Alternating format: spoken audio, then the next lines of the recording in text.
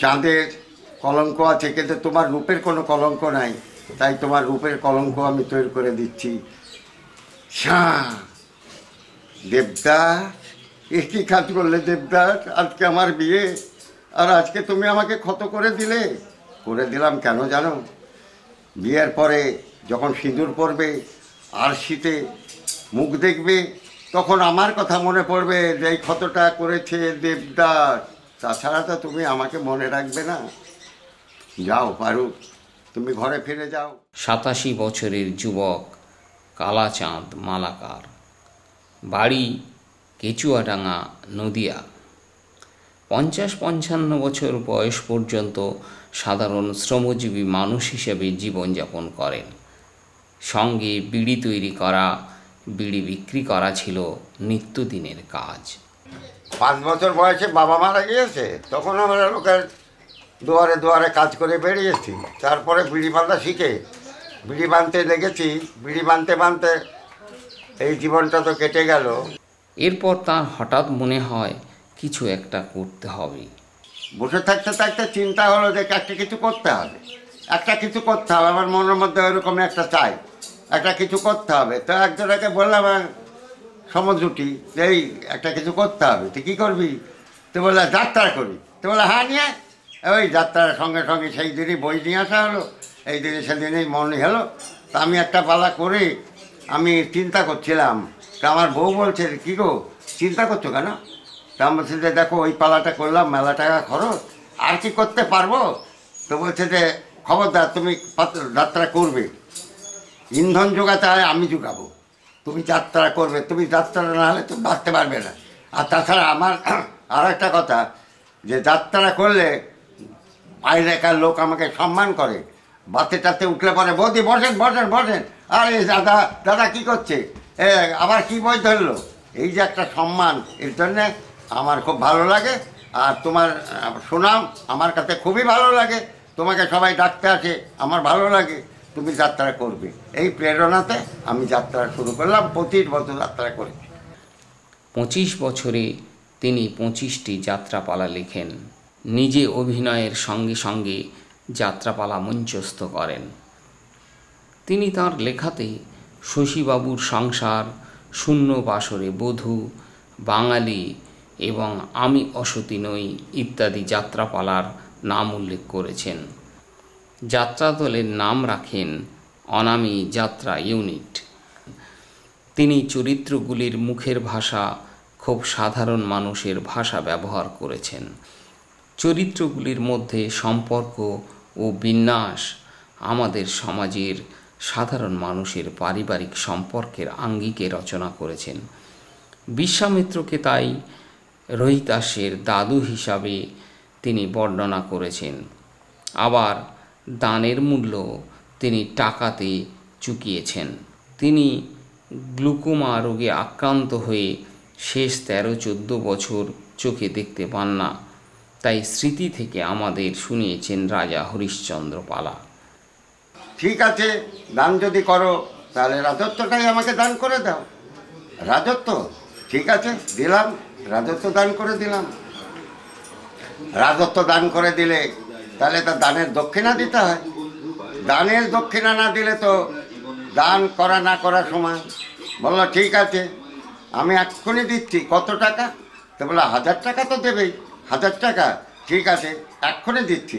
এক্ষুনি দেবে? কোথার থেকে? সিন্ধুকের দিকে চলে যাচ্ছে। বলছে হরিশ্চন্দ্র কোথায় যাচ্ছ? বলে আপনি দানের দক্ষিণা নেবেন। তো বলছে দানের দক্ষিণা কোথার থেকে দেবে? তো বলছে কেন? সিন্ধুক থেকে। তো বলছে সিন্ধুক তো আমার, এ রাজত্বে যা আছে পশু পাখি গাছপালা বাড়ি ঘর জমি সম্পত্তি সব তো আমার, তোমার কি আছে? আর আরেকটা কথা শোনো, এটা তো তুমি পাবেই না। আর দ্বিতীয়ত তোমাকে এক কাপড়ে বেরিয়ে যেতে হবে এক্ষুনি, আর সবাইকে নিয়েই যেতে হবে, তোমার ছেলে বউ নিয়েই চলে যেতে হবে। গুরুদেব বেলা তো গড়িয়ে গিয়েছে, তাও যেতে হবে। এখানে তোমাকে রাখবো না, কারণ সম্পত্তি আমার, রাজত্ব আমার। আচ্ছা গুরুদেব এক্ষুনি যেতে হবে? শুনতো তো সব্বা, শুনছো? আমি শুনছি তো, তোমার কোনো আপত্তি নেই? আপত্তি স্বামীর সুখে স্ত্রীর সুখ, স্বামীর কথায় স্ত্রীর কথা, স্বামীর সম্মানে স্ত্রীর সম্মান। এখন গুরুদেব বলছেন যেতে হবে। রোহিতাক্ষ, তুমি যাবে না বাবা? তা আমি কার কাছে থাকবো? আমি তো যাবই। তো চলো বাবা। বলছে না বাবা, আমার খেলনার রথ দেখো দাদু নিয়ে দেবে কিনা। দাদু, তুমি খেলনার রথটা দেবে না? না। তাহলে আমি খেলবো কি করে? তোমার বাবাকে জিজ্ঞাসা করো। বাবাকে? বাবা আমাকে যে রথ দিচ্ছে না। ঠিক আছে বাবা, আমি কালকে তোমাকে রথ বানিয়ে দেবো, চলো। আচ্ছা দাদু, আমার এই প্রাসাদ আর তো দেখতে পাবো না, তো দাদু তুমি একবার প্রাসাদটা দেখতে দিবে না? হ্যাঁ দেখতে পারো।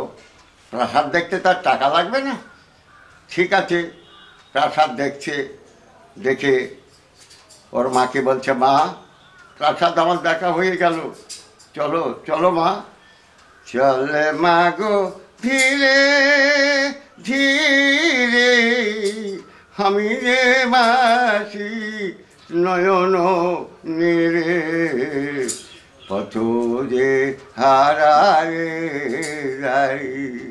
চল মা গো ধীরে। বাসছিল তোর সোনারি দেউলে, কেমনে রহিবি তারে ভুলে মা।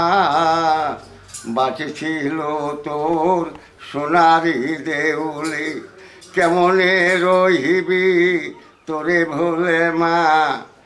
আধারিরি দেশে কাঙালিনী বেশে, ভাষায় নয়ন ধারা, আমি রে বাসি নয়ন নিরে, স্বামী তুলি রে আলি যাই। চল মা গো ধীরে ধীরে, আমি রে বাসি নয়ন নিরে, পথ যে হারায় যাই। চলো মা, আমরা রওনা দিই, আমরা চলে যাই। দাদু আবার কিছু বলতে পারে। হ্যাঁ বাবা চলো। তিনি বরাবরই সমাজ গঠন ও উন্নয়নে এগিয়ে এসেছেন। কেচুয়াডাঙ্গা বিধানচন্দ্র বিদ্যালয়ের প্রতিষ্ঠা করার কাহিনী শোনালেন। এই বিধানচন্দ্র বিদ্যানিকেতন নয়া পয়সার স্কুল, লিখবেন নয়া পয়সার স্কুল। নয়া পয়সার স্কুল বলতে? নয়া পয়সা মানে এই অঞ্চলের যত পাঞ্চাশি 100 টাকায় 1 নয়া পয়সা করে দিত। পান বিক্রি করে 1 নয়া পয়সা দিত 1 টাকাতে। 100 টাকায় 10 টাকা, না 100 টাকায় 1 টাকা, 100 টাকায় 1 টাকা করে পয়সা দিত। দিয়ে দিয়ে রেখে তারপরে স্কুল তৈরি হয়েছে। এই স্কুল গভর্নমেন্টের না, স্কুল পাবলিক, আমরা তৈরি করেছি। এটা কত সালে? 62 সালে। 1962। হ্যাঁ। পরিবারের এবং গ্রামের মানুষেরা তাকে যথেষ্ট সম্মান করেন। ইনি আমাদের গ্রামের মানুষ, খুবই ভালো মানুষ এবং দীর্ঘদিনের এর মধ্যে যা প্রতিভা আছে, তিনি সমাজ সচেতনমূলক প্রচুর কাজ করেছেন এবং কী বলবো, ছোটোবেলার থেকেই ওনার যে শিল্প প্রতিভা, নাট্য জগতের সঙ্গে খুব ভালো অভিনয় করতেন এবং এছাড়া সমাজের মানুষকে জাগ্রত করার জন্য অনেক কর্মসূচি তিনি নিয়েছেন। এখনও পর্যন্ত লেখালেখি তিনি করেন এবং আমাদের কেচুয়াডাঙ্গার যে গ্রামের যে পুরনো ইতিহাস ইনার কাছে খুব ভালোভাবে পাওয়া যায়। আমাদের গ্রামের হাই স্কুল তৈরি করার থেকে, খেলার মাঠ তৈরি করা থেকে, ক্লাব তৈরি করা থেকে ইনাদের কাছে অবদান অনস্বীকার্য। তাঁর 2 মেয়ে ও 1 ছেলে। তাঁর স্ত্রী দীর্ঘদিন আগে ক্যান্সারে আক্রান্ত হয়ে পরলোক গমন করেন। বিয়ে হওয়া তোমার 22-24 বছর হলো। 2001-এ বিয়ে হয়েছে, 24 বছর চিনি।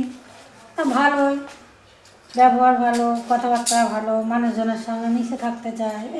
এই চোখে না দেখতে পেলেও তিনি অনুলেখকের সাহায্য নিয়ে আজও নানা বিষয় নিয়ে লেখালেখি করে চলেছেন। গঠনমূলক কাজে সবসময় তিনি নতুন প্রজন্মকে উৎসাহিত করেন। ভালোবেসে ভিখারি হলাম, তুমি হলে রানী গো। ভালোবেসে ভিখারি হলাম, তুমি হলে রানী।